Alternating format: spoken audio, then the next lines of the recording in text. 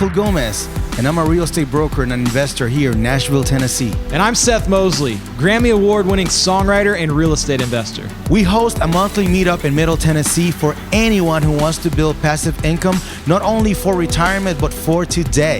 On the first Wednesday of every month, we bring in an expert from every area of investing to help you with things like finding deals, getting your financing locked in, asset protection, every kind of investing, so much more.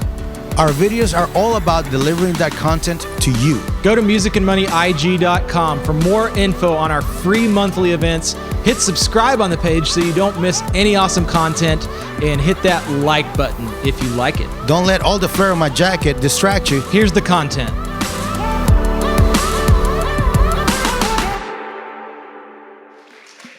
Thank you, fellas.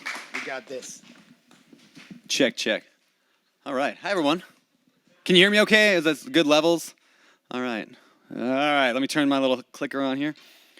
All right. So today I got to admit something. I'm a little bit nervous, and not just because you're all here, but so there's a buddy of mine, Grant, in the back, who actually teaches people how to speak, like on stage.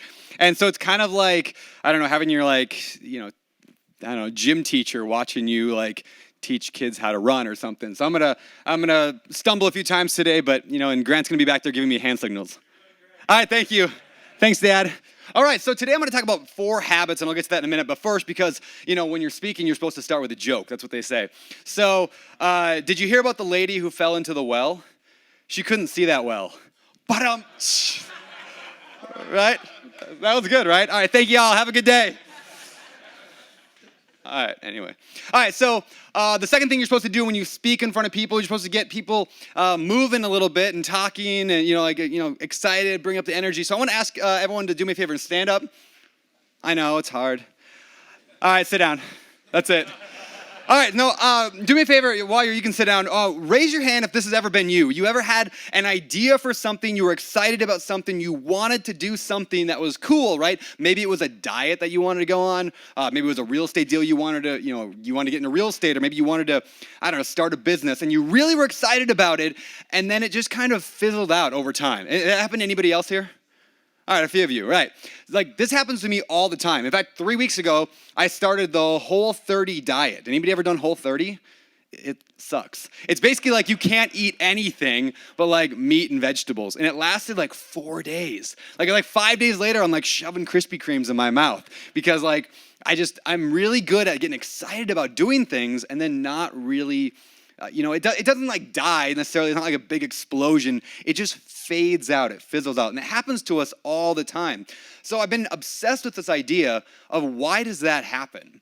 Why do some people find incredible success in a lot of things they do in life, and other people just start things and fizzle out? I started a wooden sunglasses business a couple years ago because I thought wooden sunglasses were the coolest. And so I hired my brother, and I'm like, you're going to run this, and we're going to do it together. And we made $1, and then we shut it down because it's hard. But it never was this is the end. It just fizzles out. So I want to avoid fizzling out. So it's good to know I'm not the only person. And as I've done a lot of research, I've kind of, came to the conclusion that the biggest difference between successful people and not is successful people have the right habits that get them there, right? We all know that, good habits give you good things, bad habits give you bad things, but habits really control most of what we do. Duke University did a study a while ago, and they basically looked at habits, and they figured out 42% of our day, of everything we do during the day, is driven by habits that almost subconsciously, we don't even know. For example, how many of you guys, if you think about it, how many of y'all put your left shoe on first every morning? How many of you put on your right shoe? How many of you have no idea? All right, think about it now, right? I bet you use the exact same foot every single time you put the same shoe on. So much of what we do, we don't even know that we're driving to work. We don't realize that we didn't actually look at the road. Anybody ever do that? Drive 20 minutes, and all of a sudden you're I don't remember the last 20 minutes, right? That's scary, but it's we're just living on autopilot much of the time, and that's not a bad thing. There's good news and bad news with that. But first of all, weird. That's a weird slide over. Huh, weird. All right, so basically James Clear said your life, I'm going to see if I can unzoom this. Does this unzoom? Hold on. Let me see if it unzooms. Maybe not. All right, well, let me see if I can remember the quote. Your life today is essentially the sum of your habits. How in shape or out of shape you are a result of your habits. How happy or unhappy you are, a result of your habits. How successful or unsuccessful you are, a result of your habits. And I really like that quote because if you want better things in life, you can get better habits. If you want, a worse life. Anybody want a worse life? Maybe some of you. All right, so these slides are kind of odd today. I don't know why I did that. All right, a couple habits that I've had. There was a while where I was obsessed. If you've listened to the podcast, you know I really like Starbucks a lot. I was obsessed with peppermint hot chocolates, extra hot from Starbucks. Anybody ever had a peppermint hot chocolate from Starbucks? Oh, you're dangerous. They're so good. For about a 2-year period, maybe a year and a half, 2 years, I got one every single day. I'm not kidding. Every single day. I think I maybe missed 1 or 2 days in a couple years. It was a habit. It became just a thing that I would do. Is I'd go to Starbucks and I'd get a peppermint hot chocolate. And then I was making fun of somebody one time for how much like Coca-Cola they drink. I'm like, do you realize how many calories are in that? Like some people drink a can of Coke every day.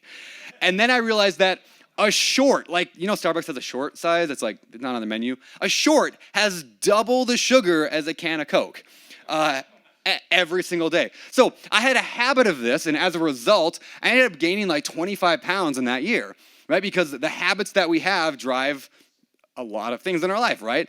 At the same time, or after that, I stopped drinking so many. I built the habit of playing racquetball. I just started playing racquetball a lot.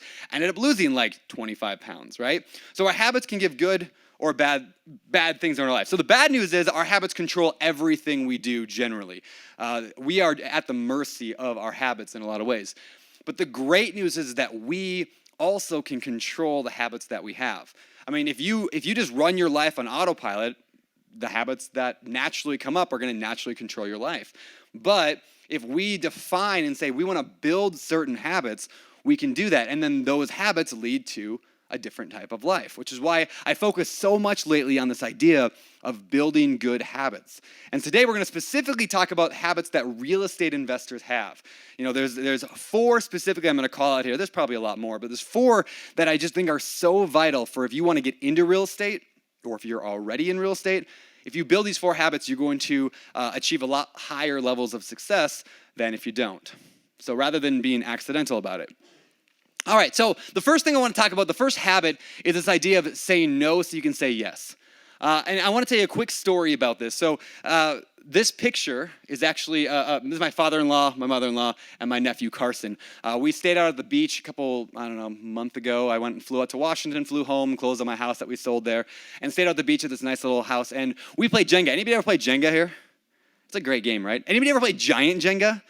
That's really fun. They actually make a Jenga game out of 2x4s. So the boards, are that long, and you can get the game this high, and it's amazing and dangerous if you're underneath it when it falls. But anyway, so Jenga, the idea, right? You build this little tower, and then you take one piece out and you go move it on top. Then you take one piece out, move it on top, one piece out, move it on top.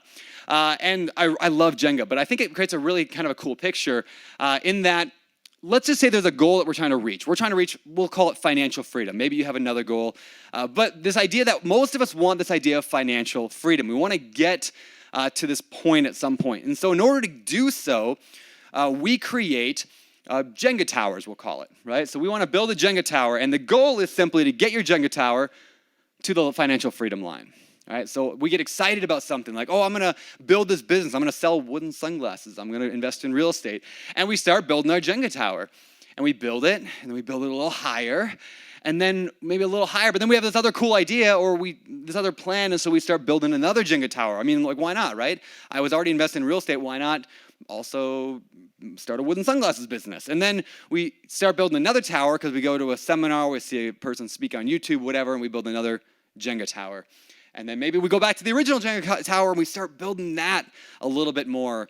And we're really excited about that one. And then, another day goes by and we start another Jenga tower. And you see what happens is at the end of the day, we never actually reach that line of financial freedom. Can anybody here identify with that in their own life? Okay, right? I've done that my entire life. I've been that way. Now, I'm not one to say that you should focus 100% of your efforts on only one thing. I love the book, The One Thing, but it's not about saying I'm going to shut off everything else in my life, just only do one thing because that's the only thing. I mean, that's just not realistic, right? I will always want to do other things because I'm excited about them, interested in them. But being aware of that, being aware that there is something that's more important than everything else is vital, right? So identifying what that is, and a huge piece of that is saying no. So the most successful real estate investors I know get in the habit of saying no. They don't just say no, but they get in the habit of it. One of the people I look up to most in the world is Josh Dorkin. He was a founder of Bigger Pockets, fantastic guy, amazing business guy. But we joke a lot that his default, no matter what, his default in life is no. If we're like, hey, we should start a podcast, no. And if we should do a publishing thing, no. We should do books, no. His automatic response to everything is no. Steve Jobs was the exact same way. When Steve Jobs took over Apple, everything is no, no, no, no. Because when you start with that habit of saying no to new ideas and new things, you've got to be talked into or convince yourself that something's worthy of moving to yes. There's a speaker named Derek Sivers. He was on Tim Ferriss's podcast a while ago. And he has a line where he says, it's a no unless it's a hell yes. And I really like that. Like, say no unless it's a hell yes. It doesn't mean you say no to everything in the world, but your default, your habit should be in the habit of saying, no, I'm not going to pursue that. Convince me otherwise, right? So then you can build those Jenga towers. And eventually, if you just focused on one Jenga tower, the beauty of that, and kind of like Michael said it this morning, we want to help everybody here. I want to help everybody achieve that level of financial freedom, because once you cross that line, once you obtain that financial freedom, you have the opportunity then to say yes to so many more things and have that option. But if you don't ever hit that in the first place, it's just difficult. If you play the game Cash Flow, Robert Kiyosaki's game, it's a really fun game. And the whole idea is you're in this little rat race. The whole game is just trying to get out of this little circle, and you're making money and losing money, making money, losing money. But once you obtain financial freedom, you go to the outer game, which is like, you build a hotel, or you help 500 kids with their, feed them for a year. Like, amazing things can happen once you hit that line. But most people never hit that line.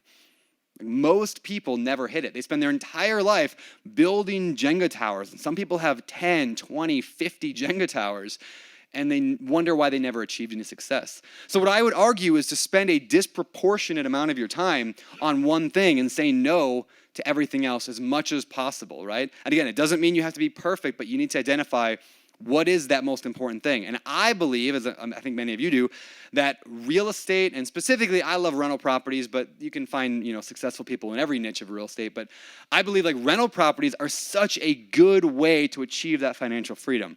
You don't have to be super well connected. You don't have to be smart. You don't have to be previously successful. You don't have to have a lot of money.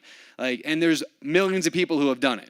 I mean, yes, you could open a dog grooming business where, you might be successful, but there's not as much, we'll call it like case law, like examples in the past of people who have actually achieved that, which is why I love real estate so much, because once you get there, so to tell you a quick story, when I got started in real estate, it was 21 years old, bought my first property.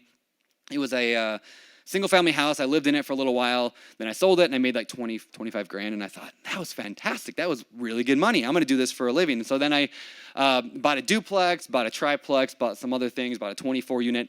And when I was 27, I crossed that line. I mean, I focused entirely on that until I was 27. At 27, I started making more income than I was spending. Now, at the time, it wasn't a ton of expenses because I lived in a really low price area, but it was enough that I didn't have to work anymore.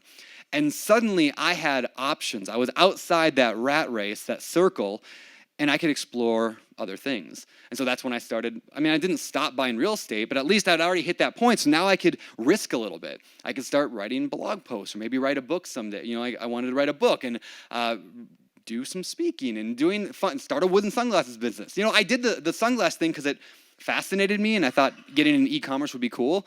And it was a complete and total failure. But you know what? Who cares? It doesn't matter. I'm already financially free, right? So I can build Jenga towers if I really want to because I'm already have hit that point. And that's why I believe it's so important to say no and why you get in the habit of saying no unless it is that thing that you care deeply about. So say no so you can say yes. Another quick story. So any of you ever seen a lion tamer, like a picture of holding a chair like this? Is that a common thing? That's the vision I have, right? So in doing some, do you know why lion tamers do this? So previous to this is like early 1900s, I think it was like 1908. This guy named Clyde was the very first lion tamer to do this. Before that, it was a very deadly profession. a lot of lion tamers lost their limbs in their life because lions are not meant to be tame. In fact, here, totally side story. I didn't plan on telling this, but I just think this is amazing. Anybody ever listen to the Hardcore History podcast? It's really good. I love this podcast. All right, so this guy tells you just crazy stories of human history that are just hardcore. And one of them, he says, there was a time back in, I don't know, ancient Roman times, where in the Colosseum, they took 1,000 lions, like 1,000 African lions, and put them in the arena with 1,000 men and said, go.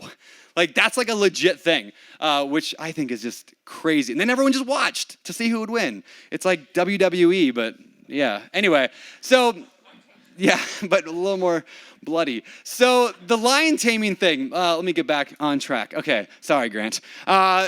So the lion taming thing, so the reason they held the chair is because a lion cannot focus on multiple things. A lion, when you held the chair up, he would see 1, 2, 3, 4 legs of that chair, and he'd move from one leg to the other, to the other, to the other, and the lion would be frozen. He could not attack the person, would not attack the person because he was just focused on moving from thing to thing to thing. It's just another picture of what we do as people. We're a lot like that lion. We have a really hard time focusing on multiple things. Everyone thinks they can multitask really well, but then, you get in a car accident because you were texting and driving, and then that, proves that you can't actually multitask. Like science shows that we cannot multitask. We switch tasks in our head very, very rapidly, but we cannot, as humans, multitask. At least we can't have two active activities going at one time. And the same is true with our goals, with things that we want to do in life. If we have a lot of activities, we move from one to the one to the one, just like the Jenga towers. So I want to give you guys a few suggestions. I don't want this just to be like, hey, here's a good idea, but a few actual suggestions on how I incorporate these things into my life, and maybe you can apply them to yours as a real estate investor, or entrepreneur, or even as a musician or any entrepreneur. Number one is this idea of stealing time. I really like this a lot. Somebody once said that love is spelled T-I-M-E. I really like that. My friend Pat Hyben has that tattooed on him. Love is spelled T-I-M-E. And when it comes to your family, anybody have kids out here? No, that's true, right? I mean, I could tell my daughter that I love her. I think there's a cute picture, right? I could tell her that I love her. I could tell my wife that I love her. But the most important thing is the time that I spend with them. And so I have a rule when it comes to anything somebody asks me to do. Any idea that I have is I say to myself that anything that I say yes to is stealing time from my wife and my daughter. I say that, out loud even. So when Seth asked me to come out and speak at this, I said, I will be stealing time, and I don't want to make Seth feel bad, but I'm stealing time from my wife and daughter. And I'm not saying that that's not and then I can make the conscious choice. Is that okay? Am I okay stealing time from my wife and daughter? And sometimes the answer is yes. We have jobs, we have careers, we have things we need to do. I need to go to the gym. Every one of those things is stealing time. That's not always a bad thing. But by phrasing it that way in my head, this is stealing time from my wife and my daughter, it prioritizes, is it really something I want to do? In this case, yes, this is worth stealing time from my wife and daughter. So that's a huge thing in my life is doing that. Second thing I ask myself all the time is, would you do this tomorrow? Right? It's easy when somebody asks you to do something, any activity whatsoever, it's easy when it's 3 months away to say, yeah, I can do that. That'd be great, because it's so far away. So when you rephrase it in your head as, what if they were asking me, hey, can you come tomorrow and do this? Could you do this today, right now? Can you come over right now? And then all of a sudden you're like, oh, actually, no, that gives me anxiety to think about that. Right? So then I would not do it. So I always frame it that way. The third thing is get into the habit, and you don't have to necessarily say no to everything, get into the habit of always putting things off. And I mean when somebody asks you to do something, right? Get in the habit of saying, can I think about that? Can I get back to you on that? I need to check my calendar. I need to check with my assistant. I need to check something, right? Pass it off, because we oftentimes think very poorly in the moment. But we think a lot clearly once we've had time to process that, or even talk to our spouse or significant other about it. So ask to think about before agreeing. And the last one here, I completely stole from Grant. Grant, you don't know this, but I saw Grant speak a couple years ago at a group called FinCon. It's a large conference for financial nerds. And Grant spoke there, and he gave the suggestion, this next one, and it was so good. I had never heard anybody say it quite like this, and I apply it to my life, and I do it all the time. And that is this idea of schedule appointments with yourself. Do you remember saying that? It was really good. This idea of it's okay to go to your calendar and actually schedule an appointment with yourself, because then you legitimately can say to other people, like, oh yeah, I'm booked at that time, or I have an appointment with myself.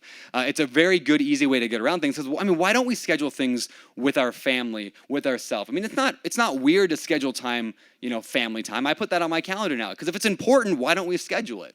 And then hold to it. Like, who's more important in your life? Your husband or your wife, or the president? It's probably, in reality, your spouse is more important. But if you had an appointment with the president, well, maybe not everybody here, but if you had an appointment with the president, you'd probably hold that appointment pretty legit. Like, you would be there. If you were going to walk into the White House, you had this really cool meeting, you would show up. Yet oftentimes we skip appointments with our spouse, with ourselves, with our own goals, working on the things that really matter, because we don't schedule those appointments with ourselves. So that's huge. I like this idea a lot of, like, if you thought of your calendar, I'm not saying do it all, your entire life has to be on your one big important thing, but just putting a few blocks of time and planning that intentionally ahead of time with yourself to work on your most important thing, it's huge. There's a study that, I can't remember who did it. I don't know, I read it somewhere. Actually, no, I remember now. It was Scranton. It was like the University of Scranton, which I thought was funny because I'm an Office fan. They said 92% of people do not actually succeed at their New Year's resolutions. 92%. So even if you have a really good idea, like we just talked about, you might even be focused in, okay, yeah, real estate is that thing I'm going to do. I'm really excited about buying rental properties or flipping houses or wholesaling or whatever. 92% of people, if you make a New Year's resolution, it never comes true. So saying no is important, but how do you say yes then? I said it's not just enough to say no, it's say no so you can say yes to the things that actually matter. So here's a few tips for saying yes. First of all, define your wildly important goal, right? Definition is the beginning of this. We need to know what it is you're going to say yes to. Now we know what you're saying no to. You've now defined what is that most important thing in your life. There's a book out there, and write this down. It's a fantastic book, one of my favorites, called The 4 Disciplines of Execution. Has anybody ever read that? Okay, you guys are going to love it. Like, seriously, I've been telling everyone about this book. It's so good. They use this phrase of a WIG, your wildly important goal. And the way they phrase it in the book is not to think in terms of, is this the one thing that I should be focused on in life? But to think, what if the rest of my life just carried on and 80% of my time was spent on everything I normally do? What's the one thing that I should be working on that would make the biggest impact, right? It's not saying what's the only thing I should do. It's what one thing would make the biggest impact. In other words, what is your most ideal Jenga tower? What is that tower that you should be working on? And that is your wildly important goal. So first of all, establishing what that is important. And they argue, and I love this, is to set that wildly important goal using this formula. From X to Y by when. So it might be from no properties to 1 rental property by March 1st, 2019. Now we've got where are we today? Where do we want to get to? And what's our deadline? From 3 flips this year to 10 flips next year by December 31st. From no knowledge, maybe you're not even ready to start, no knowledge, to having the ability to teach this topic to my spouse by January 1st, 2019. I added that in there just so I'd remember to say, I read this study that said the number one, we've all heard that you can, you remember X percent of what you read and X percent of what you hear and X percent of what you teach. But there's some college or smart person did a study that showed that the best way to learn, the way that you achieve the greatest mastery of any topic, you know what it is? What was that? It's teaching it, but it's actually not the act of teaching it. It's the act of reading it, assuming you're going to teach it later. So it's that process. It's reading it, assuming you're going to teach it later. And even if you're not going to teach it later, right? So that's why I say the idea of, like, if you read a book, think, I'm going to have to explain this to my wife later. I'm going to have to explain this to my kid later. And the mastery, like the ability to learn and remember and apply those things, goes up dramatically. So again, even if you're not ready to actually buy yet, it's okay to set a wildly important goal that's more education-based. Or maybe I'm going to meet, right now I'm meeting with no real estate investors. I'm going to start meeting with 3 real estate investors every single month, because I know that that'll eventually get me where I want to go. Next one, activate your reticular activation system by writing down your goals daily. We all hear that idea of writing down your goals daily, and many of you have heard the RAS thing before. What your RAS is a part of your brain that is kind of like Google, is a good way to explain it. So in the back of our heads, we have this thing. Think about right now, actually. Let's do an example. Right now, you're all watching, hopefully watching me. But at the same time, did you guys realize that there is a speaker right here? How many of you guys knew there was a speaker right there? I was thinking about a few of you. All right. What about the fact that there's a vent right there? Most of us didn't even realize that, right? Or the fact that I'm standing on carpet and it's red, right? None of these things actually entered my conscious mind until right now as I'm focused on it. I didn't even know there was a mic stand here, right? Like I didn't, most of what goes through, there are millions of pieces of like stimuli that goes into our head constantly. There's millions of things going into our head constantly. Yet we only maybe get 1% of that into our conscious mind. Yet our minds are amazing, right? They can filter all of that out, and it picks out these little things that are actually important. So another story example, recently I wanted to buy a new car. And I really wanted a Toyota RAV4. I don't know why, I just thought they were cool cars. And so I was looking, I thought, I'm gonna buy one. So I went online, I was looking at pictures. I thought, this is perfect for my family. And all of a sudden, everywhere I looked was a RAV4. And not just there were white RAV4s everywhere. And that's what I wanted. Everywhere was a white RAV4. And it was amazing. I was like, these are the most popular cars in America, clearly. And so then I bought a RAV4. I have not seen a RAV4 since then. Isn't that weird? Right, I haven't seen a RAV4 other than my own RAV4. Now, why is that? Because my brain, my reticular activating system, knew exactly what I wanted for, we'll call it survival, right? Our brain's like this is, it knew what I wanted, and then it finds things to make that happen. Another true life story of using the RAS. So I wrote down a goal of on January 1st of this last year that I wanted to buy a property in Hawaii. And I actually said within the next 5 years. I said I want to buy a property in Hawaii in the next 5 years that I can have an extra unit for my family and friends to come out and hang out with me in Hawaii. My wife and I talked about it. We do a goal setting every single January 1st. We go out to the same place at the beach and we go to the same restaurant. We order the same thing. We do goal setting. And I really like that time. It's just really good time. In fact, I read a study the other day, side note, that says that one of the best ways to achieve your goals is actually set them with your spouse. I thought that was fascinating. Apparently, like it increases your chances exponentially. But anyway, so we do this every year, and we set the goal 5 years, want to buy a house in Hawaii. And so now that was there, our RAS, our reticular activating system, started looking for those things, almost subconsciously. And maybe some of it was on purpose, like we decided to go spend a few months in Hawaii just because we wanted to, and it rains a whole lot out in Washington. So we thought, let's go to Hawaii. And then we were there, and one day my wife was sitting on the beach, and so with her parents were visiting, I pulled up my phone, and of course, because I'm a real estate nerd, I pulled up like the Realtor app, and I started scrolling through, and I found some property, and I ended up driving by, and it was an open house, and I went and looked at it, and I didn't actually get that house or anything, but that was my brain moving closer towards what my goal was. And then, so my 5-year goal, we ended up actually, a friend of mine who was on Maui ended up coming over to hang out with me on Oahu, where I was at. We ended up going back to Maui for a couple days for a little trip, found an open house, drove to the house, found the house, bought the house. And now we have a house in Hawaii that's got an extra, actually 2 units that we can now bring out family and friends to come stay with us. Again, like I'm not saying that I didn't consciously choose to do it, but in the back of my head, my mind knew what I was looking for, so it picks out these bits of information.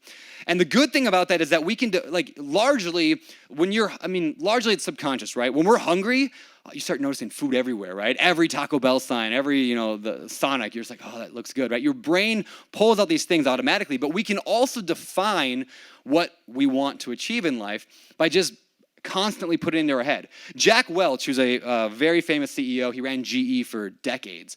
He had a very famous, and I'm going to butcher the quote, but he had a famous quote where he said, he should be able to, at any point, go at 2 a.m. to any of his employees' house. Tens of thousands of employees. Go to their house in the middle of the night, walk into their bedroom, go over to them, shake them awake, and say, where are we going in this company? And they should be able to yell out, we're going here, right? They should be able to know in their half asleep, half drunk state, where are we headed in this company? What's our mission? What's our goal? And if you can't answer that, then you might not have set a wildly important goal. Like, hey, where are you going? I'm buying a rental property. Great. All right. Right? So you can try that with your spouse. Wake them up at 2 a.m. tonight and be like, honey, where are we going? Prison. All right, so activate that by writing your goal daily. Every single day, write that goal down. Third, schedule time. We talked about this a minute ago, but we talked about it in the terms of how to say no. Let's talk about the schedule and how to say yes. You've got to schedule time to work on your process, and we'll talk about the process here in a minute. But if it's not in your schedule, it's not likely to get done. We all know that, yet most of us still fail to do those things and put them on our schedule. So again, schedule time to work on your process. In fact, another study I read said people who write their goals this way, they did a study, and this was a fitness study, but I think it applies to pretty much anything. People who had a goal of doing something, they wanted to do something, I think it was like go to the gym or work out, and they tested, half the people did that. The other half, they made them write down what day, what time, and what place they were going to work out. And those people who had written it in that format were 300% more likely to actually go to the gym. 300% more likely, because they said exactly what day they were going to go, what time, and what place. So as you plan your week, which are you having a few minutes every week to plan your week? It's a good idea. If you want to live intentionally, what's this week going to do? What are my goals for the week? Take that time, and then what day are you going to work on your process? Again, this isn't you have to work on your real estate 40, 50 hours a week. In reality, most people work a full-time job, and that's okay. If you worked 2 hours a week intently at your real estate business, you can achieve financial freedom in just a few years. I really firmly believe that. It does not take a lot of time. What it takes is intent work, like being intentional about it. It takes focus during that time. It takes a goal, knowing where you're headed. And then it takes consistency, right? Doing the same thing over and over and over. And so, again, write down, put that in your schedule and schedule time. We've got a journal coming out of Bigger Pockets actually tomorrow, which is kind of cool, to help kind of people through that process. But this is what I put in the journal. I mean, you can take a picture of this, or you get it when you text that number. Anyway, but the idea being, like, have a daily, like every morning, like, what are you doing today? Are you being intentional about your time, or are you living reactively? Are you in the back seat of the car of your life, or are you driving in the car of your life? So many times I'll just I find my life, I'm like, why am I just so stressed? Why am I not getting anything done? And I realize because I'm in the back seat. There's some, drunk driver up there steering all over the road and like looking at whatever he can. And I'm just back there like, going side to side in the back of the car. When in reality, I want to get in the driver's seat, and this is how I do it now. Every week I plan my week. Every day I plan what I'm going to do that day. And I'm not always perfect at it, but I try to be. And the more I schedule my day, the more I schedule my week, the more in control I feel, the less stress I feel, the happier I feel, because I'm in the driver's seat. And of course, I added on here as well, and this is super important. I'm not going to go into it now, but I just want to point it out. Did I include enough breaks in the day? I read study after study after study about the importance of having breaks and scheduling them throughout your day. It's dramatic. You guys should all look up and do some research on how powerful having breaks throughout the day really is. In improving performance and improving wealth and improving productivity, having breaks. So just throwing that little tip out there for you. And then, of course, when you're done with your schedule, it's a good reminder. Did you schedule that one important thing? There's times where I've defined what it is I want. I want to get I want to buy a certain number of real estate. I want to get to a certain level of financial freedom, or I want to, get this book done. And then I look at my schedule and I'm like, I didn't even put that on my schedule. What do I think is going to happen accidentally? Is it going to naturally, oh, wow, look, a book just got written. Cool, I'll put my name on it. That doesn't happen, right? Unless we intentionally put that into our schedules. So, all right, that was all the first habit. Wow, we're gonna be here for 4 hours today. Number 1, say no so you can say yes. All right, number 2, work on your lead measures.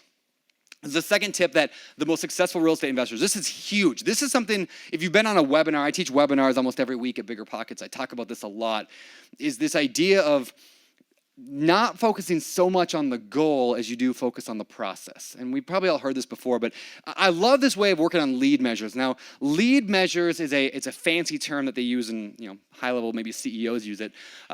Essentially there's two types of measures you can say. There's lead indicators and there's lag indicators. Who's heard those terms before? Who knows what those terms mean?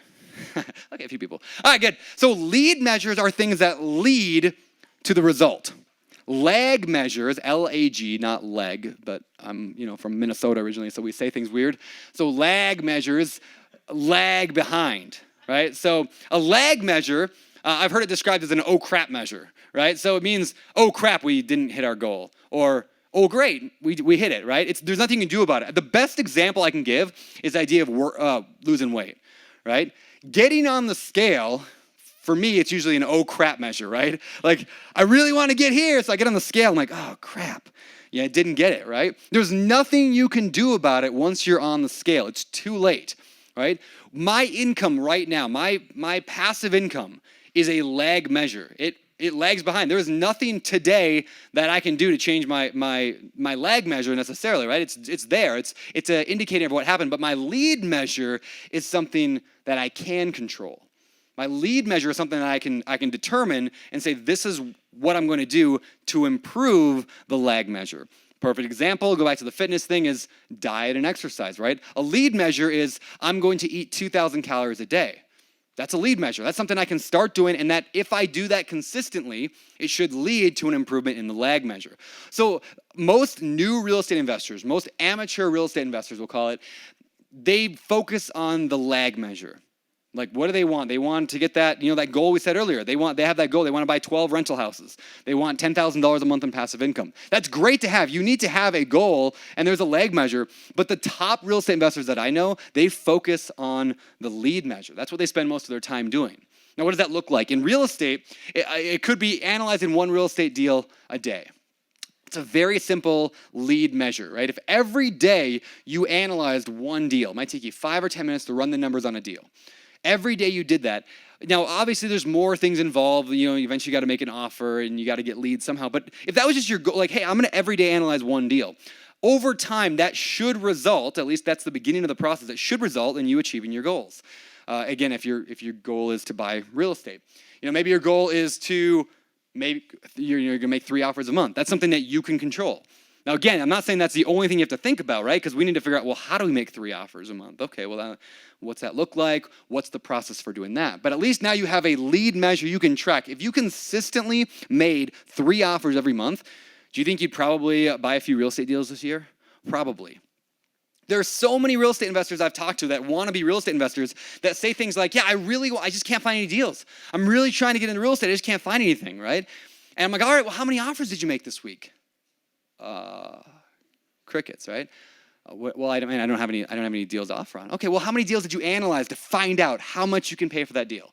Because every property out there has a number, right? This building has a number that would make it a really good deal for me to buy it.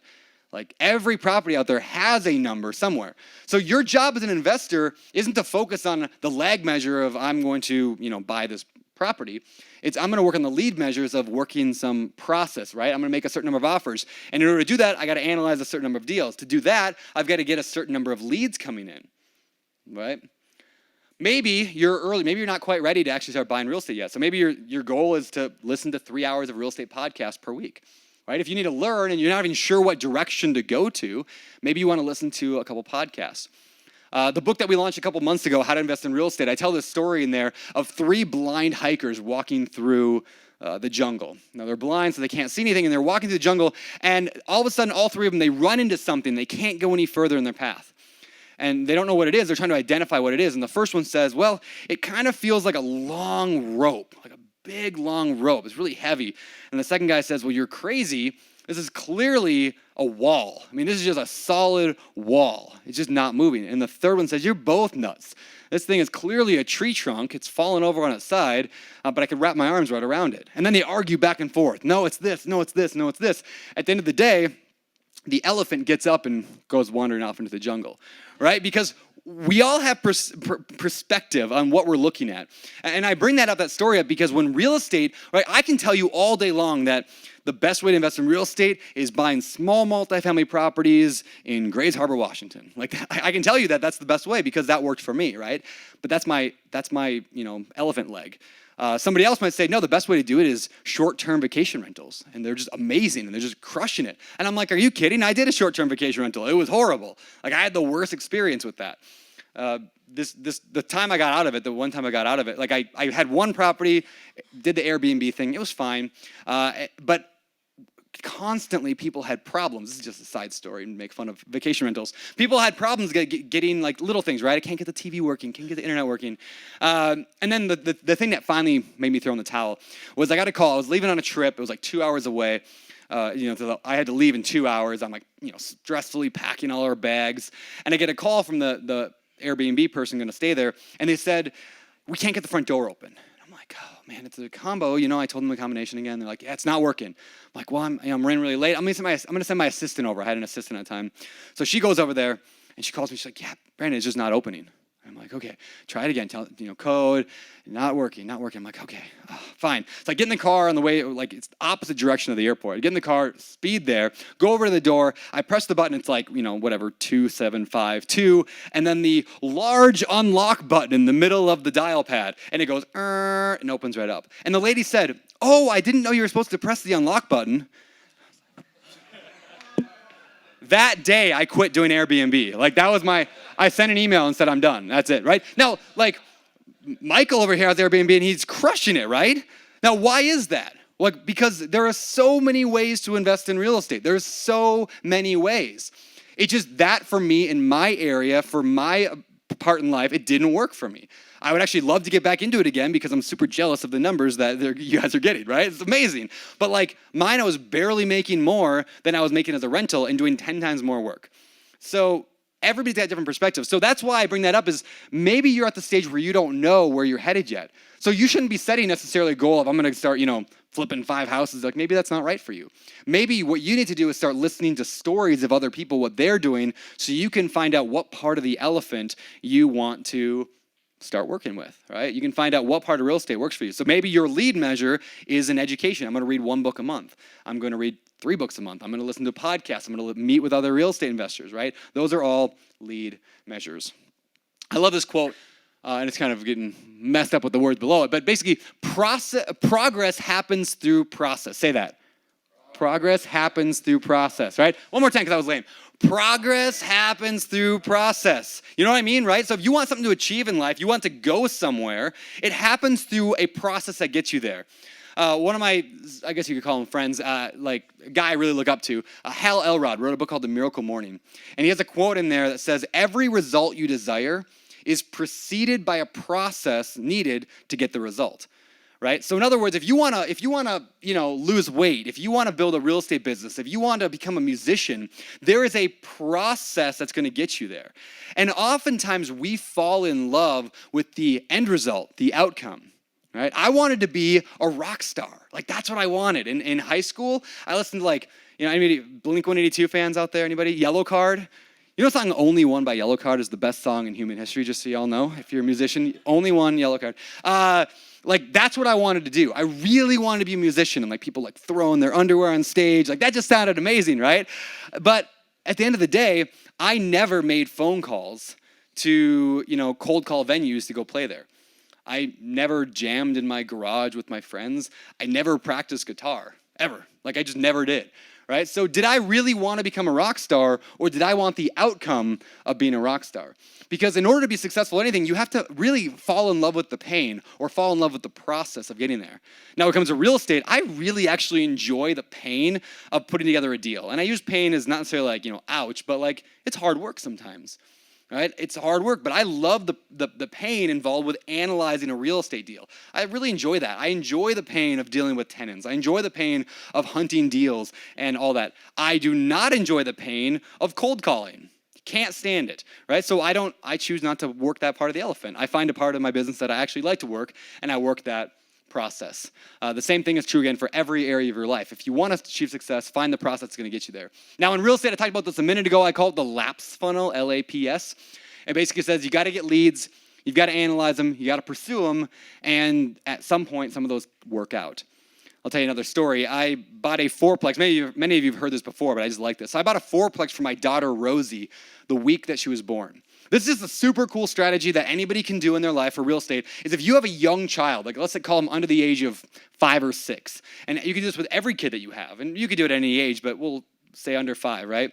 You buy any real estate deal ever. It technically could lose money. It doesn't really matter that much. I don't want to lose money, but let's just say you bought a house. Call it a $150,000 house, and you put it on a 15-year mortgage when your kid is young. Now, again, you don't need to make money on this deal.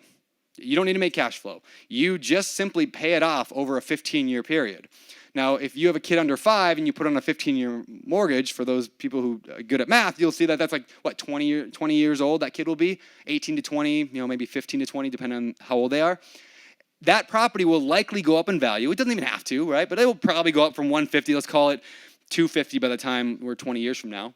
You're also going to be having that mortgage completely paid off at the end of 15 years. So now you've got $250,000 in equity sitting in a property that you can now fund 4 years, if not more, of that kid's college education, which I think is super cool, right? And a couple of neat points about that. One, you don't even have to sell it. You can refinance it at the end of those 15 years, refinance it into another 15-year mortgage. At that point, you're pulling out that money tax-free for your kid's college, and it starts the cycle over. Just do it again. 15 more years, now your grandkids' college education is paid for, and theirs, right? Off one simple deal that you buy one time, anytime between now and they're 5 years old. And again, if you've got older kids, you could do it as well. You might just have to pay it off quicker. But anyway, I tell that story because that's what I did for my daughter, Rosie. The week she was born, we closed on a 4-unit property. And that property, what I did is I sent out direct mail marketing to get that. I sent out 300 letters, 300 handwritten letters. Out of those 300 letters, I got back about 40 phone calls. So I ran the numbers, looked at how much it would, what I could pay for it. Because remember, every property has a number that could make it a good deal. So I found that number. Out of them, I pursued, in other words, I made an offer on about a dozen of them.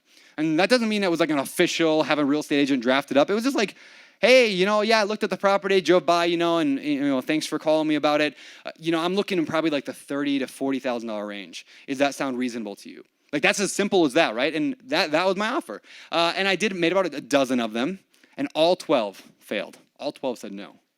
I was like, dang. Okay, well, I got to go back and do it again. A month later, the guy calls me back, one of the guys, and said, all right, let's talk. Let's deal. I offered him for this. He wanted $95,000 for this really, really bad fourplex. I mean, it was in horrible condition. Completely, all 4 units needed to really be gutted. Had a couple squatters in one of the units and a hoarder, a garbage hoarder, which is like the worst kind of hoarder, and another one. And like I offered him 40. Like he was asking 95. I offered him 40. He said, no way, thanks. Came back a month later and said, can you do 45? And so I bought it for $45,000. That property, now, that was an incredible deal. I ended up putting $120K into it, but still, now it's on a mortgage. It'll be paid off. I actually set up the payments to pay it off in 18 years from when Rosie was born. So it'll be paid off like the month that she turns 18, which I think is kind of cool, right? Now, the really neat part about that story, too, is that not only is it going to pay her college education, should be worth maybe around $1/3 by the time she's ready for school, but I'm also making $1,000 every month in cash flow. That's just mine to spend on whatever I want, right? It helps make my mortgage payment in Hawaii. So there's a lot of benefits, and then the coolest benefit of that is the ability now that I can teach Rosie as she grows, as she understands what these things are, I can show her this is your asset. This is how we're going to pay for your college. Or if she doesn't want to go to college, fine. This is what she can do, start her own real estate or her own business or her own entrepreneurship journey, right? This is hers, and I can explain why it's hers, how we did it, how an asset works, how a liability works. And now I have a real-life picture that she gets to learn over the next 15, 20 years. And that is more valuable than the $1,000 a month or the college education, right? So again, I love that ability to be able to do that. And it all starts with having a process. This is what the real estate process looks like. Now, again, there may be one more on top of that if you're not ready for that yet, which I would still argue everybody, whether you're ready or not, can start working this process. Even if you don't get down to making offers, you can still analyze and get leads. I mean, get a real estate agent to hook you up with automatic emails. Easiest way to get leads in the world, right? They might not be the best deals. Who cares? Right now, you're just getting leads and analyzing them. Most important thing is just start that process, right? I mean, if you want to lose weight, yes, you probably should eat 1,500 calories a day. You probably should go out there and, run 5 times a week. But in reality, like science has shown, like the best way to get started building that habit is just to go walk. I mean, you could just start if you just got in a habit of walking for 20 minutes every couple days, you start building that muscle, that habit. Same thing is true for real estate. Start building that habit. And again, you can also track your habits. This is a tracker that we put in that journal as well, but you could do this again on any spreadsheet if you wanted to, is write down what those habits are. And this is a really good way that I track mine is, what is the habit? Maybe your habit is to analyze a deal. Maybe your habit is to go to the gym. Maybe your habit is to write a song, right? If you're a musician, maybe you want to get the habit of writing 3 songs a week. Great, so write that down. Your goal is 3 songs a week. Your goal is 4 workouts a week. Your goal is eating under 2,000 calories 5 days a week, or analyzing deals, or listening to podcasts. And then simply check off, did you do it? Right? Check it off each day. Now, what's fun about this is studies show that one of the best ways to achieve lasting, results is to gamify things. That's why people love like Facebook games. And if you can make something fun and points and games, people like it better. So simply add up your number. If your goal was, 5, 7, 3, 2, 1, I don't do math, but, if it adds up at the bottom, and then what did you actually get for your total? Add that up. And now you've got a score you can give yourself. Oh man, I got a 65% this week. Next week I'm going to shoot for more than that. Make it a game, and over time you're going to build those habits. All right, so that was work on lead measures. Let's go to number 3, accountability. This is a habit that the best real estate investors I know, almost like every single real estate investor I know that's successful, is in the habit of accountability. And even to the point of extreme accountability, which we'll talk about in just a moment. But I want to tell you guys a study that I've just found fascinating. So this lady named Gail Matthews from Dominican University did a study where she got hundreds of people and had them set goals. And I don't remember what the actual goal was. It was like hours studying, or maybe it was fitness or something. Anyway, and she divided them into 5 groups. Group number 1, they didn't write their goals down, they just had their goal. And out of them, we'll call it 42%. It's like out of 10. So 42% of them accomplished that goal that they had set. And it was like a month-long goal. Group number 2, they wrote their goals down. We've all heard that writing down your goals is helpful. Here's why.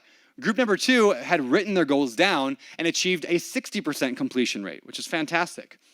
Group number 3, they wrote their goals down, and then they said in their head, they made a plan. Here's what I'm going to do. This is my action plan. And they established that. Interesting enough, it actually dropped a little bit. Now, she can't explain. Nobody really knows exactly why, but there's something that actually dropped it a little bit down to, roughly 50%. People who had done the same thing, all number 1, 2, and 3, but they also added on ahead of time telling a friend. So publicly declaring, hey, this is what my goal is. Hey, Grant, my goal is to speak at the event, and my action plan is I'm going to, practice the speech 12 times, right? So I didn't practice this at all. But that would be a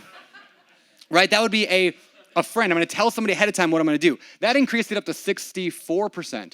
But group 5 added on a weekly accountability call with that friend. Instead of just at the beginning, just saying, hey, every week I'm going to check in with my friend and tell him what the process is that I'm at, where I'm at on my goal, bumped up to 76%. So check out the difference between most of the world sitting around here at 42% roughly, trying to achieve their goals, and people who have written their goals down, they have a plan of getting there, and then they have accountability on a week-to-week basis for actually achieving that. It's huge, right?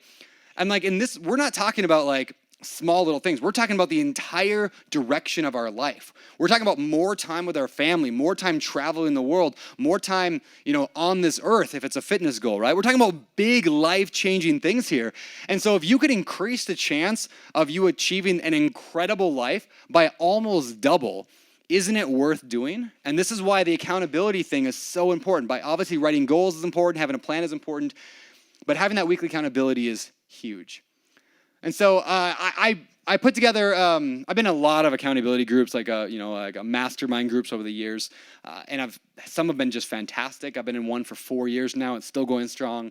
A couple of them have lasted a week. A couple of them lasted a month. And the ones that I find the most successful follow a very strict structure. Now, there's a lot, if you Google mastermind group structure, you're gonna find 100 different ideas. But I put together a very simple structure that I've found works really, really well. And I just wanna give it to all of you in case it helps you in your accountability groups. If you have 1 person, 2 people, 3 people you wanna get together with, this is what I find is really, really helpful in a mastermind call. You start the call with, again, try to do it weekly, because again, the studies show that weekly accountability is huge. We as humans live on these weekly sort of rhythms, right? So you begin the call, and you begin it on time. And track, right? If something matters to you, track it. Did everyone show up on time? And then you start with highs and lows. Everyone just spends 5 minutes just explaining. You're like, what was your best thing this week? What was your wins? What was your losses? We should celebrate our wins. In fact, studies show, and I know I'm just throwing a lot of studies at you today, but studies show that another really, really good way to keep moving forward on your goals is to facilitate small wins. In fact, they've showed that even small, almost insignificant wins, as long as you identify and celebrate them, make as big of an impact on persistence as huge wins. It almost doesn't even matter, right? So if you're trying to lose weight, losing 0.1 pounds is about as motivating as losing 12 pounds. And so facilitating those little wins, so celebrate them every week. What happened? But also identify, here's what went wrong. And this is a quick thing. Everyone just goes around the circle. If there's lots of people, you're gonna have to go real quick. Identify what is it that went well and what didn't, right? Secondly, goals and your last week's commitments. Now, this is huge. I got this actually from that book, 4 Disciplines of Execution. They do this really cool phrase. A lot of times we say, I'm going to try to get something done this week, and then we'll meet in a call and be like, yeah, I worked on this, or I didn't work on this. But what I found really helpful is to use the words, okay, my goal is this, right? We've already talked about identifying that. My goal is this, and use these words. Last week, I committed to blank. Right? Last week, because at least most people have a really hard time saying, I committed to this and I failed. Or we don't want to say that, right? So when you're telling 3, 4, 5 of your friends, last week I committed to analyzing 6 deals. I did not analyze 6 deals. I analyzed 3, right? It's something that you just have to say every single week, and no one's going to let you forget that. I mean, like, it's there. You're established in that part of the call. So again, last week's commitments and what your goals are, everyone goes around the circle, says that. Then moving into hot seat. I actually love the idea of hot seats where one person each week is the focus. If there's 4 or 5 people in your accountability, one person gets the stage. Now this could shift if you need to. If somebody identified a really big low, they had a really bad week, yeah, you could trade weeks a little bit, that's fine. But one person should spend a good 30 minutes going over either their problems or their plan or where they're headed and get feedback. Feedback is super important, right, as we're trying to establish our goals. So one person gets in the hot seat, and then we end the call with everybody saying, again, this week I commit to blank. All right, this week I commit to analyzing this many deals. I commit to going to this open house. I commit to listening to this audiobook, whatever. Because now and then, of course, you want to write all this down. It's too easy to just forget because you're thinking about yourself. You're not thinking about what your accountability partner, your person in your mastermind group, you're not thinking about what they said. You're thinking about you, which is fine, but by writing these 4 things down every week, it's really impactful. So I actually put together a worksheet. There's no opt-in or anything, just I want to make sure everybody has it, just to kind of work through every week. Print this out and have one person every week take these notes down. You can get it at biggerpockets.com/music&money, or at texting that number, you can get the whole slide deck and find this later. But again, you're just, who was at the call? Were they on time? What's their role for the call? Are they like the leader of the call? Are they taking notes? Are they keeping time?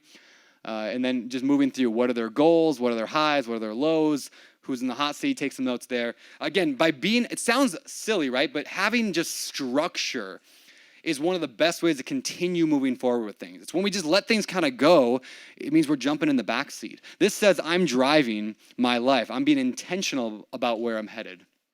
All right, 4th habit is gratitude. And yes, that is a habit that we get into, just like, a habit of smoking or the habit of running every day. Gratitude is a habit. And I'm not going to list all the studies, but I'll list some of the benefits. Like, studies show dramatically that having a dedicated time, 10 minutes left, perfect. Having, gratitude in your life can help you sleep better, reduce your stress, increase your immune system, get more exercise, be more alert, enthusiastic, reduce your blood pressure, feel less lonely, and earn more money. That's actually a real thing. You actually, by having gratitude, you can actually earn more money. And I'll explain more about that in a second. It's kind of cool. But some tips for having more gratitude in your life. Number 1, keep a gratitude journal. Keep a gratitude journal. In other words, write down what you're actually grateful for. Right? Get in the habit of doing that. Secondly, set aside time every day to feel grateful. To feel grateful. Now, it's one thing, I've worked through a few journals, like success journals or things where they say write down your gratitude. And we actually have that in our journal as well. And I think it's important, but it's not enough, I don't believe, just to write. I get on autopilot. I'm thankful for my family. I'm thankful for, flip-flops, whatever. I'm just I write something kind of but it's not enough to just to say what you're grateful for. I want to encourage you to feel what you're grateful for. So I want to do a quick exercise. It's going to get a little weird here, but you don't have to get up. So it's like the lazy person exercise. I want you all to do me a favor and just close your eyes just for half a second. Now, in an ideal world, I'd play some impactful music here, but I'm not going to. I just want you somebody did this a few months ago, and I thought it was so cool. Just close your eyes for a minute and think of a time of your life that you were just incredibly grateful, just in an incredible moment, right? Just really think about what you felt like then. Think about where you were. It could be, I won't give you suggestions, but something in your life that was just incredible, that when you think back, you're just if you're just thankful that you had that experience or that you were in that spot. Again, what did it feel like? How were you then? What was your attitude like then? Just really think about that just for 10 seconds, right? That is what it means to feel. You can open your eyes. That's what it means to feel. Doesn't that feel good? right? To just like think back to a time where we were just really grateful. So instead of just saying, I feel like I'm grateful for my mom, it's like feel gratitude. That's where it really like propels you forward, makes you more successful, makes you more persistent, consistent, all those good things that we want to be, right? Third, change your negative experiences into positive ones. I made an offer on a real estate deal. It didn't go through. But you know what? It's okay. Real estate's a numbers game, right? Every no is one step closer to yes. I get rejected 90% of the time when I make an offer. It's probably more than that. It's like high school prom, right? I just get rejected left and right. But that's okay because it's just a numbers game, right? If I ask out enough people, someone's going to say yes to prom. If I analyze enough deals, if I make enough offers, as long as I work that system, so every time I get rejected, I'm going to celebrate that I made an offer. Right? I got an email the other day from a woman who wrote that. She's like, I made an offer this week after 6 months of thinking about getting into real estate. I made an offer. She said, I don't care if it gets accepted. It doesn't matter because I did something, right? I moved forward. And that's where we're turning negative, like, yeah, I didn't get my offer accepted, right? How can you turn that into something positive? And I know it's just, cliche, like think positive, but like really it's that when you're not feeling real great about something that happens, find a way to be grateful about that. Fourth, don't just be grateful, but one of the best ways to be grateful is to show gratitude. Did I say show gratefulness? Is gratefulness a word? I don't know if that's a word. It is now. Gratefulness. Show gratefulness, right? Don't just be, in other words, are you grateful for anybody in your life right now? Is anybody grateful for someone in their life? Okay, do me a favor right now. It's going to get weird. Pull out your phone. Yeah, literally, pull out your phone. I'm going to do this too. I want everyone to text somebody that they're grateful for right now, right? Or pretend you're going to text us so you don't look like the weirdo not texting somebody. I'm writing to my wife right now. Cute. Yes, probably, yeah. What time is it? 9, 8, 7, 6, 5:30, yeah. Well, maybe I'll send it to Seth. No, I'm sending my wife. And I am... All right, look at that. Just want to say I love you and I'm grateful for you. Didn't that feel good, right? Now somebody in our life is like, oh, cute, right? Or somebody's like, that's creepy. But hopefully it was a good thing. So by showing gratitude, we become more grateful people, right? We have more gratefulness. And that's when we show gratitude to other people. So what I actually have is I set, if you have an iPhone, you can do it. I'm assuming you can do it on an Android. But I set a reminder. I said, Siri, remind me every day at 10 a.m., send somebody a message of encouragement. Every day I get that message. It pops up. Siri reminds me, send a message of encouragement to somebody. So I can send it to somebody. It makes somebody else's day better. Yes, I want to improve their life, but I also want to feel gratitude for that person. And I can do it by showing gratitude to somebody else. And again, these are habits that we get into, right? And then the number 5 is give generously. Right? This is the part of the sermon where I'm going to pass the plate because I'm teaching on gratitude this week. This idea of actually giving money, specifically giving money away, can actually make you richer. Now, we all would assume anyway, that the richer you are, the more money you can give away, right? That's a correlation kind of thing. Of course, rich people tend to give more money than, not as a percentage, but as an amount. Rich people tend to give more, which makes perfect sense. But what people don't often know is that studies have been done that show that the very act of giving away money makes you wealthier.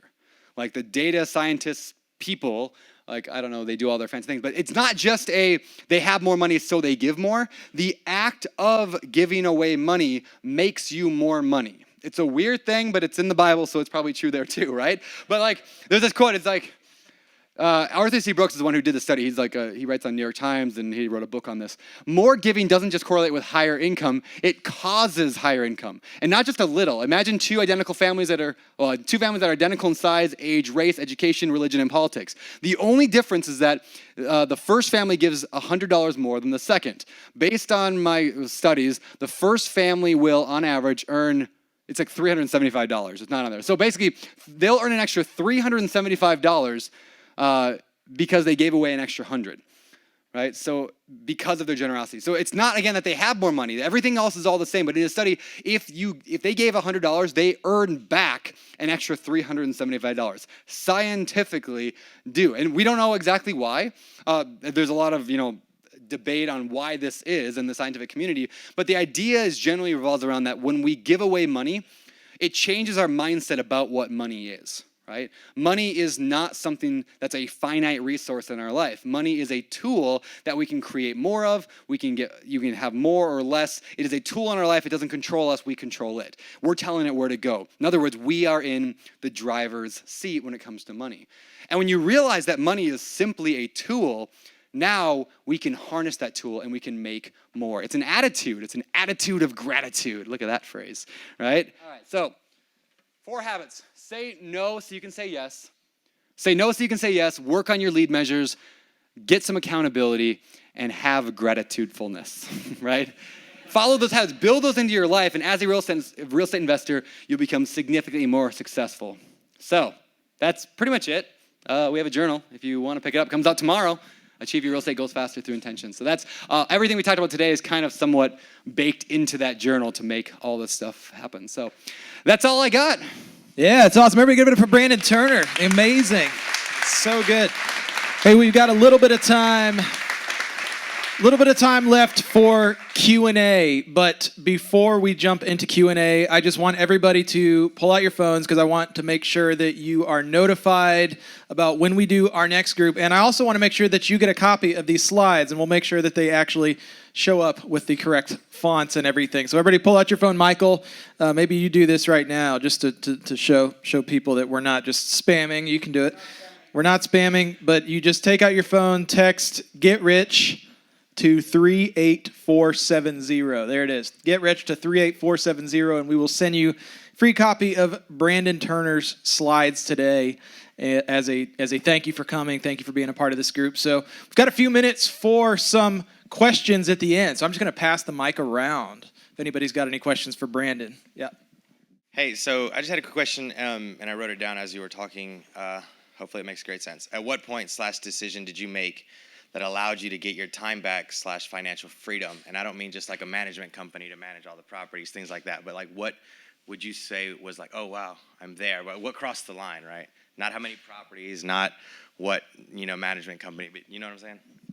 Yeah, so you're saying you mean like mentally, when did I shift that in my head? How many of you guys have heard the toilet story? Oh, yeah. Anybody? All right, long story short, there was I had to move a toilet because it got filled and for weeks and they kept using it. Anyway, I had to move this toilet into a bathtub and dump it upside down.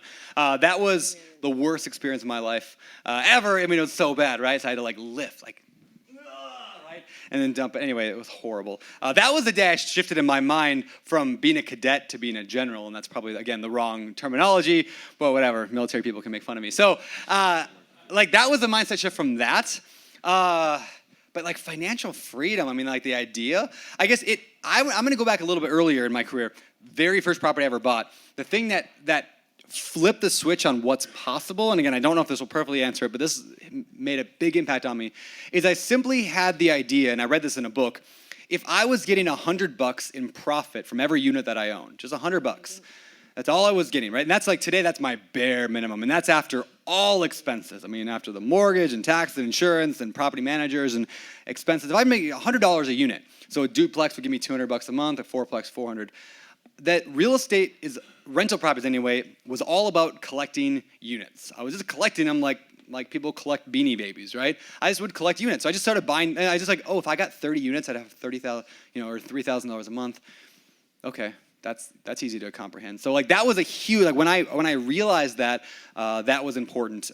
So again, I don't know if that perfectly answers your question, but that was a huge mindset shift for me to think that way. Hey, Brandon. Hello.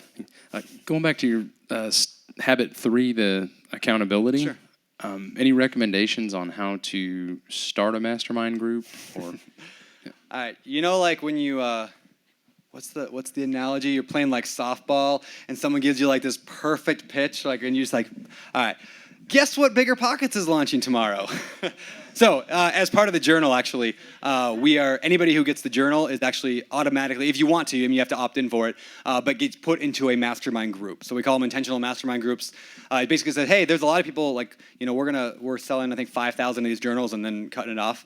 And so those 5,000, whoever wants to, gets put in a group. We will automatically match you with people of similar expertise style. You identify, are you new, middle, or experienced, and then we'll put you in a group. So that's one way to do it, is just spend whatever $30 on the journal and get in that way. Or, I mean, honestly, just like in this room right here, there's probably 24 people that would be like, oh man, I'd love to be part of a little group like that, right? So just asking people around you. I mean, I believe strongly if you're gonna have a mastermind group, they are very, very valuable. You don't have to all be going after the same goal, but it's helpful to be in the same field, right? So you don't have to, but it's nice to be, if you're in a group with other people pursuing financial freedom through real estate, that's really, really nice, right? You might be doing flipping, I might be doing rental properties, but if you can be at least understanding the same terminology and language, that hot seat time where you're like, oh man, here's my plan, here's where I'm struggling, people can offer real actionable advice. And so that's probably where I would start is find people in a group like this. It could be one person, it could be two people. In fact, Seth and I are in a mastermind group together. And I think I don't know if I asked you or you asked me, but we're just like, hey, well, like, we're both kind of pursuing the same thing. Why don't we jump on a call, all right? And we grabbed one other guy. We're like, who else would be good in this? And we had another friend that was a mutual friend of both of ours. Let's talk to him. And so we started meeting. And again, it just kind of starts that way organically. So, and it should not turn into just a chatting time. That's why I think the structure is important. It's easy to turn into just like, we just talked for 45 minutes and nobody actually talked about their goals. So having a little bit of structure helps a lot. If you could go back and tell yourself one thing differently, what would you do differently now that you're on this side of things? Good question. All right, Grant, what was that phrase you said earlier? I'm going to put you on the spot here. You said when your skill, what was it? When your challenge exceeds your skill set. So this idea, you have a skill set and you have things that are challenging, right? At some point that switches. I really like the way Grant put that today when we were having breakfast. It's like, so what I mean by that is I stayed too long where things were easy and comfortable. So like I bought a property, bought another property, bought a house, bought a duplex, bought another house, bought a fourplex, bought another house. And it just got easy. I figured out how it worked, I made some money at it, and I stayed there for way too long. So if I were to go back, I would tell myself, continually challenge yourself. You may have heard me talk about the stack before, and if not, let me do you a quick 1-minute definition of what the stack is. The stack is this idea of what if you bought one house this year? Now, don't get worried too much about the specifics, but let's just say you bought one property, one unit like this year, and next year, 12 months later, you bought a second one. I mean, most people here could buy one unit. Next year, if you've already bought one, it shouldn't be that hard to buy a duplex, all right? You've already bought the one, so now you have a duplex, you add it on. A whole year later, 12 months later, you double that again, you buy a fourplex. I mean, at that point, you've already bought the one and the two, so what's adding four more on? It's a stretch, right? It's a little bit of a push, but you're not going back, right? And then the next year, you buy 8 units total. Maybe it's an 8 unit, maybe it's a 10 unit or 7, not specific on the thing. But the idea is exponential, right? The year after that, maybe you buy a 16 unit, and then a 32, and 64 the year after. 6 or 7 years later, you've got over 100 units. And every step of that, you made one purchase per year. One simple purchase per year. The idea was continual growth. So I would have told myself, continually grow. Don't get comfortable. Like, I'm not saying go buy a 1,000-unit apartment right now because you're going to 10x your goals, but it's okay to continually stretch for the next level. And had I done that and not just stayed comfortable, I think I would be actually a lot further along. Second thing, I wouldn't have managed myself probably. I probably would focus on being a good business owner, not a good toilet mover. So. Cool. Good morning. Thank you for being here. Speaking of wildly important goals, are most of your short-term, mid-term, long-term? And secondly, is there an upper limit where if you have too many wildly important goals, maybe they're not wildly important? Yeah. Good, really good question. So I believe, they've done studies on this, and I did a lot of research on it, that like 3 to 4 is probably max, and really like 1 to 2 goals is the most important. So the way I look at it is I want one goal in each area. Like I have a fitness goal that I want to, and generally it's actually more of a process goal. I want to work out 3 times a week. That makes, hopefully one of those is surfing. That's the idea. It's like, and then I want a certain financial freedom level. In other words, I want a certain income every month and just pure passive income. And so I typically, the way I do it, and again, there's a lot of ways to do it, but I like taking what I call a 5-year vision. Where do I want to be in 5 years? More than that, it's too hard to forecast out. We don't know what life's going to be like, kids, family, whatever. 5 years out, I have a vision for what I want my life to look like. a good way to phrase that, I heard this the other day, I love this, is say it's known for. They call it like hashtag known for. In 5 years, what do you want to be known for? Isn't that a cool way of looking at that, right? Like, I want to be known for being a successful real estate investor that has 100 units. Okay, so I have a 5-year vision, right? It's not necessarily a goal because things change too much. I boil that into, I do annual goals and then I break them into quarterly goals. So I have where I want to be by the end of the year, just because it's easy to set those on January 1st. But then I'm a big believer in setting a 90-day goal. I love the 90-day window. 90 days is not too far away that it's not like gonna spur you to action, but it's also not too close that you can't get things done. Every single person in this room could buy a real estate deal in 90 days or less. 2 years ago, it was December 21st. I looked at my goals. I kind of like, I should review my goals more often, but back then I didn't. And I had a goal to set to buy 12 units during that year. I think it was 2016. I wanted to buy 12 units, and it was December 21st, and I looked at my number. I started counting them in my head, and I went, oh, shoot, I only bought 11. It was an oh, crap, like leg measure, right? Oh, crap. I only bought 11 units, so I had 9 days. On December 30th, I closed on my number 12.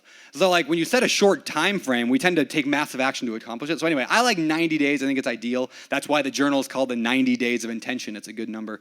And again, the 90 days supports the annual supports the 5-year vision. Even the 90-day goal, though, I break them down into weekly, like weekly objectives. Where am I headed this week in order to accomplish the 90-day goal? And then the weekly objectives, which I do try to do every Sunday night, I then break that into daily action plans. What am I going to do today that's going to support my week objective? What am I going to do? My week objective is going to support my 90-day goal, year, 5-year vision. So that's how I operate anyway. I took largely that from a book called The 12-Week Year. If anybody hasn't read that, it's another phenomenal book called The 12-Week Year, and they stress that. How has your process changed in analyzing what you're purchasing? Yeah, good question. In the beginning, my process was, that's a cheap property, I'm going to buy it. That's a horrible process to have. Maybe you've heard my conversation about my hell house. I had a house that I finally just sold it. Woo! Praise the Lord. It's like the worst house. It was the worst deal. I just lost money on it every year. And it was a cheap house. So in the beginning, that's what it looked like. Today, I am much more strict about, like, when I'm in really, like, acquisition mode. The last 2 months, I've been out of acquisition mode because I just moved and I'm fixing up a huge rehab in my basement. But when I get back into it, which will probably be in the next, I wanted 3 more units by the end of the year. So I might try to close on a triplex by the end of the year. But when I'm back in acquisition mode, it becomes a once a day. I really want to get in that cadence of one deal a day. It takes 5 or 10 minutes a day, and if I can just get consistent about that and build it on top of another habit, they call it habit stacking, where you take one habit that you already have ingrained in your head, add another habit on top of it, and it's more likely you'll accomplish it. So today, I analyze one deal a day. Now we have tools on BiggerPockets, the calculators that help you analyze deals in just a few minutes. I use those not because you can't use a spreadsheet. A person could use a spreadsheet. Spreadsheets, though, I could not stay organized with. Because like I would copy and paste a cell, would go to another one, I'd copy that whole spreadsheet to another spreadsheet. Now I've got 50 spreadsheets all over my computer, and I'm not analyzing deals every day. I just wasn't consistent with it. So what I wanted was a easy process that every day I jump on there, it saves all my reports, I analyze the deal, I find out what number I can pay for it, and if it's semi-close to what they're asking, I'll go make an offer. So I'm just very like methodical and kind of like structured the way that I do that. Same way I like the mastermind group. I just like, this is what I'm doing. I'm going to analyze this deal. And I just know if I consistently analyze one deal a day, if I consistently do that, and maybe one day I'll do 2 and skip a day, but I want to average 1 a day. And if I can make at least a couple offers a month, if I can make at least 2 offers a month, I know at the end of the year, I'm going to buy several deals out of that. I know that if those lead measures hold true, I'm going to get the lag measure that I want. And the same is true for everybody here. Establish those lead measures and then work them. Does that answer your question, or can I clarify any more? Okay, cool. Hold on, let's just do Bill real quick. All right. So, hey, what's up, dude? Hey, how are you? Good. So now I'm at a point in my life, so step 1, where I got to say no more often, right? In Yeah. my real estate journey. But when I was getting started, I realized I had to say yes a lot more than I was saying no. So I just wanted to ask you if you thought some of the people here that are new getting started, maybe not just say no all the time and start saying yes a little bit more, or what you thought about that. Sure. That actually is a great point. So when Derek Sivers said that quote about it's a no unless it's a hell yes, that is a more like somebody who's already achieved a level of success kind of thing. At the beginning, I think you should say yes to a lot of things. Now, when I say that, I mean say yes to opportunities that are out there so you can establish what you want. Once you know what you want, then it becomes a distraction. So for example, if you know you want real estate, Even if you're brand new, you should still say no to the wooden sunglasses. Like, if you're brand new, you should still say no to that despite, right? But when your goal is real estate investing and that real estate investor asks if you can go move a toilet for them, you say yes, right? Because that's in the realm. Now, yeah, you're doing your analysis process. You're not, specifically doing that thing that's going to get you the results. But in the beginning, those relationships and those opportunities are what really matter. And again, once you have that level of financial freedom, you have the ability to say yes more often. Like, because of my financial freedom, I was able to say yes to making almost when I started working at Bigger Pockets, when Josh offered me a job years and years ago, like, I had financial freedom, so I could say yes and work for almost no money on a just completely wild idea of let's grow this Bigger Pockets thing. And because I was able to take that risk that most people couldn't have taken because they couldn't have paid their bills, I could take that risk, and it turned out pretty well. So that's kind of how I look at it. Again, yeah, you say yes to opportunities as long as they're in the field of what you're trying to do. Cool. All right, thanks, everyone. Let's give it up for Brandon Turner, everybody. So good. Amazing. I loved it. Hey, thanks for learning with us today on the show. We would love to meet you at one of our free monthly meetups in Middle Tennessee. Hit the thumbs up button if you like the content. Make sure you hit subscribe so you don't miss a thing on this channel. Check out another awesome investing video here.